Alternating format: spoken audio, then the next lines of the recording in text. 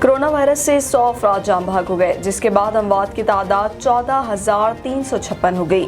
پاکستان میں کرونا کے تصدیق شدہ کیسز کی تعداد 6,63,200 ہو گئی۔ پاکستان میں کرونا کے تصدیق شدہ کیسز کی تعداد 6,63,200 ہو گئی۔ National command and operation centre کے تازہ ترین اعداد و شمار کے مطابق گزشتہ 24 گھنٹوں کے دوران 4,084 نئے کیسز رپورٹ ہوئے۔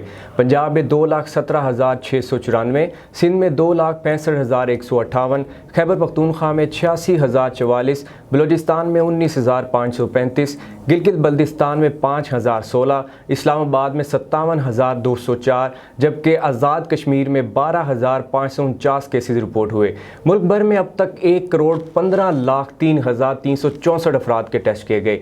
گزشتہ 24 گھنٹوں کے دوران 46,269 نئے ٹیسٹ کیے گئے۔ اب تک 6,02,78 مریض صحت یاب ہو چکے ہیں، جبکہ 3,170 مریضوں کی حالت تشویشناک ہے۔